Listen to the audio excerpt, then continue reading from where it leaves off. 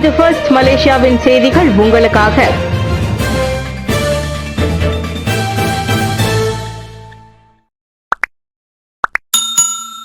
Thailand மற்றும் Cambodia இடையிலான அமைதி ஒப்பந்தம் இடைநிறுத்தம் மலேசியா காரணமல்ல. தாய்லாந்து மற்றும் கம்போடியா இடையிலான அமைதி ஒப்பந்தம் இடைநிறுத்தம் செய்யப்பட்டிருப்பது அந்த ஒப்பந்தத்தை இறுதிப்படுத்த மலேசியா மத்தியஸ்தராக செயல்பட்டதால் ஏற்பட்டது அல்ல. மாறாக கையெழுத்திட்ட அமைதி ஒப்பந்தத்தின் அனைத்து விவரங்களையும் கம்போடியா முழுமையாக பின்பற்ற வேண்டும் என்ற கோரிக்கையை முன்வைத்து தாய்லாந்து அதன் அமலாக்கத்தை ஒத்திவைத்ததாகவும் பிரதமர் டாக்டர் ஸ்ரீ அன்வார் இப்ராஹிம் விளக்கம் அளித்தார். இரு அண்டை நாடுகளுக்கும் இடையிலான சமாதான முயற்சிகள் அமைதியாகவும் நெறிப்படுத்தப்பட்ட முறையிலும் தொடர்வதை உறுதி செய்ய மலேசியா ஒருங்கிணைப்பாளராக தனது பங்கை ஆற்றுவதில் தொடர்ந்து கடப்பாடு கொண்டுள்ளதாகவும் டாக்டர் ஸ்ரீ அன்வார் கூறினார். நான் தாய்லாந்து பிரதமர் அனுடின் சான்குவரில் அவர்களை தொடர்பு கொண்டு விட்டேன். ஆனால் இப்போது கம்போடியா இராணுவம் சம்பந்தப்பட்டிருப்பதாக அவர் நம்புகிறார். கன்னிவெடி வெடிப்பு காரணமாக அவர் தனது கருத்து வேறுபாட்டை எழுப்பியுள்ளார். இது முடியும் வரை நாங்கள் ஒப்புதல் வைப்போம் என்றும் அவர் கூறினார். ஆனால் அவர் தாக்குதல் நடத்தவில்லை. அவர் ஒரு ஜெனரல் என்பதால் சம்மதிக்கவில்லை என்றும் தாக்குதல் ஆகியவை இரண்டு வெவ்வேறு அர்த்தமுள்ள சொற்கள் என்றும் அன்வார் கூறினார். மாரா சட்டத்தில் முழுமையான திருத்தம் செய்யப்படும். மாரா நிறுவனம் தொடர்ந்து பொருத்தமானதாகவும் நல்லாட்சியுடன் நிர்வகிக்கப்படுவதையும் உறுதி செய்ய 1966 ஆண்டு மாரா சட்டத்தில் முழுமையான திருத்தம் செய்யப்படும். 2300 கோடி ரிங்கிட் மதிப்பிலான சொத்துக்களை மாரா கொண்டுள்ளது.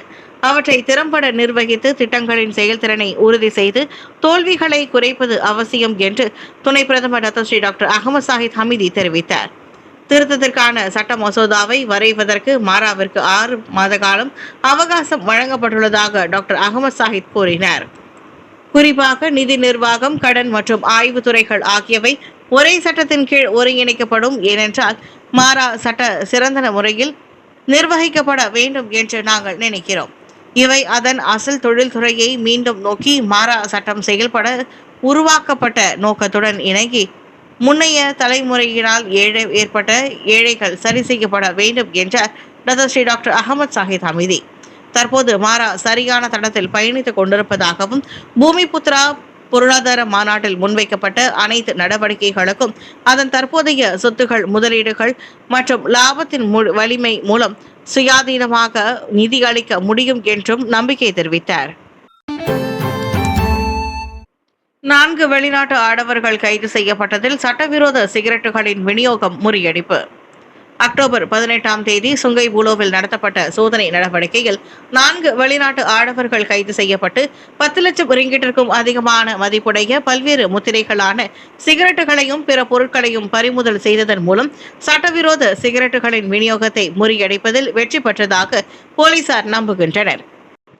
இச்சோதனையின் போது அவர்கள் அனைவரும் சிகரெட்டுகள் இருந்ததாக சந்தேகிக்கப்படும் பெட்டிகளை ஒரு லாரியிலிருந்து சில வாகனங்களுக்கு மாற்றுவது கண்டுபிடிக்கப்பட்டதாக ஸ்லாங்கூர் போலீஸ் தலைவர் டாக்டர் சஷலி கஹார் தெரிவித்தார். கைது செய்யப்பட்ட சந்தேக நபர் ஒருவர் ஒப்பந்த தொழிலாளியாக பணிபுரிந்தார். மேலும் பகுதி நேர சிகரெட் விற்பனையில் ஈடுபட்டார். அங்கு நிர்வகிக்கப்படும் பொருட்களின் அளவை பொறுத்து அவருக்கு சுமார் 100 to 200 ரிங்கிட் வரை ஊதியம் கிடைக்கும் என்று டாக்டர் சஷலி கஹார் தெரிவித்தார். அரசாங்க நிறுவனங்களின் துணிச்சலான அமலாக்கம் வரலாற்றில் பயனாக விவரிப்பு. இந்த 2 ஆண்டுகளாக பல்வேறு அரசாங்க நிறுவனங்களின் உறுதியான மற்றும் துணிச்சலான அமலாக்கம் வரலாற்றில் மிகவும் பயனுள்ளதாக விவரிக்கப்பட்டுள்ளது.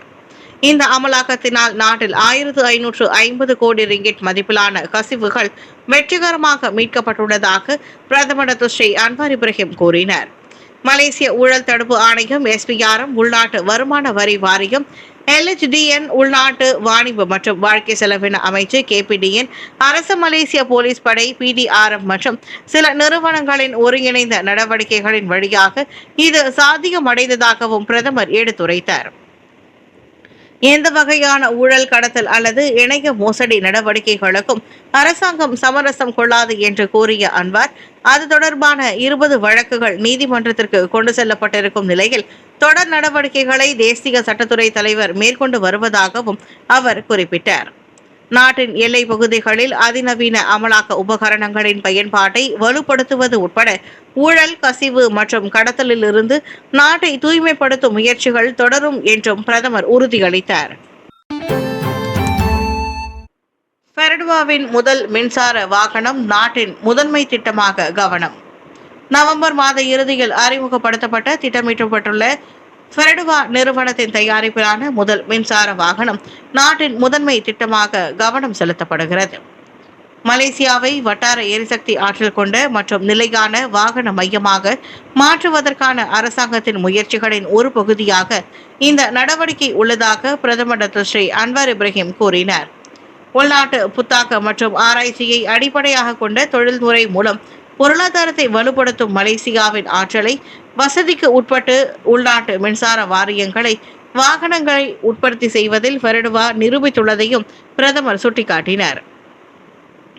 மடானி கொள்கையை கொண்ட நிலையான சுற்றுச்சூழலுக்கு ஏற்ற உள்நாட்டு உற்பத்தி மற்றும் ஃபெரடுவாவின் அண்மைய அதிநவீன தயாரிப்பிலான ஒரு காரின் அறிமுகத்திற்காக நான் காத்திருக்கிறேன்.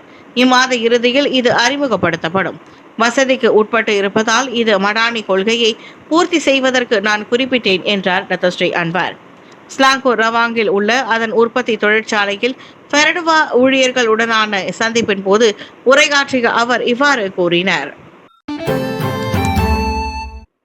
மருத்துவர்கள் விநியோக சிக்கல்களுக்கு தீர்வு காண நிகழ்நேர கண்காணிப்பு முறை.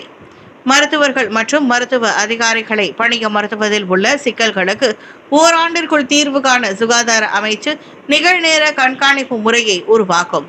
சுகாதார பணியாளர்களின் உண்மையை தேவைகள் அடையாளம் காணப்படுவதை உறுதி செய்வதற்கும் நாடு முழுவதும் மருத்துவர்கள் மற்றும் நிபுணர்களின் பணியமர்வில் உள்ள சமநிலையின்மை சிக்கலை கையாள்வதற்கும் நடவடிக்கை முக்கியமானது என்று சுகாதார அமைச்சர் டாக்டர் ஜுல்கிஃப்லி அகமது தெரிவித்தார். அனைத்து சுகாதார வசதிகளும் உண்மையான ஆட்பல தேவைகளை மதிப்பிடுவதற்கு பொறுப்பான மனித மேம்பாட்டு பிரிவு மற்றும் இலக்கவியல் சுகாதார பிரிவின் திட்டமிடல் கண்காணிப்பு பிரிவுடன் இணைந்து இந்த நிகழ்நேர கண்காணிப்பு முறை உருவாக்கப்படவிருப்பதாக டாக்டர் ஜுல்கிஃப்லி அகமது தெரிவித்தார். வன்கோல் மருத்துவர்களின் பணிச்சுமையை குறைத்து நோயாளி சிகிச்சையின் செயல்திறனை அதிகரிக்க அரசாங்க சிகிச்சையகங்களில் உள்ள மருத்துவமனைகளில் தனியார் மயமாக்கல் மற்றும் செயற்கை நுண்ணறிவு பயன்பாடு உள்ளிட்ட இலக்கவியல் சுகாதார மாற்றத்தையும் அமைச்சு செயல்படுத்தி வருகிறது. நாடாளுமன்ற உறுப்பினர்களின் கேள்விக்கு பதிலளிப்பதை தவிர்த்ததில்லை பிரதமர். மக்களவை கூட்டத்தின் போது நாடாளுமன்ற உறுப்பினர்கள் எழுப்பிய எந்த ஒரு கேள்விக்கும் பதிலளிப்பதை ஒருபோதும் தவிர்த்ததில்லை என்று பிரதமர் டாக்டர் ஸ்ரீ அன்வார் இப்ராஹிம் தெரிவித்தார். ஒவ்வொரு செவ்வாய்க்கிழமை நடைபெறும் மக்களவை கூட்டத்தின் போது அமைச்சர்களின் கேள்வி நேரத்தில் பிரதமரிடம் முன்வைக்கப்பட்ட அனைத்து கேள்விகளுக்கும் தாம் அல்லது சம்பந்தப்பட்ட அமைச்சர்கள் மூலமாக பதிலளிக்கப்பட்டுள்ளதாக பிரதமர் தெளிவுபடுத்தினார். இருப்பினும் பலமுறை விளக்கம் அளிக்கப்பட்டிருந்தாலும் சில நாடாளுமன்ற உறுப்பினர்கள் அதே கேள்வியை மீண்டும் எழுப்பி வருவதையும் பிரதமர் சுட்டிக்காட்டினார். ஆனால் பிரதமர் பதிலளிக்க தவிர்த்து விட்டார். பலமுறை 2 முறை நான் பதிலளித்து விட்டேன். பின்னர் மித்தி அமைச்சும் பதிலளித்தது. நிறைவு வாதத்திலும் பதிலளிக்கப்பட்டது.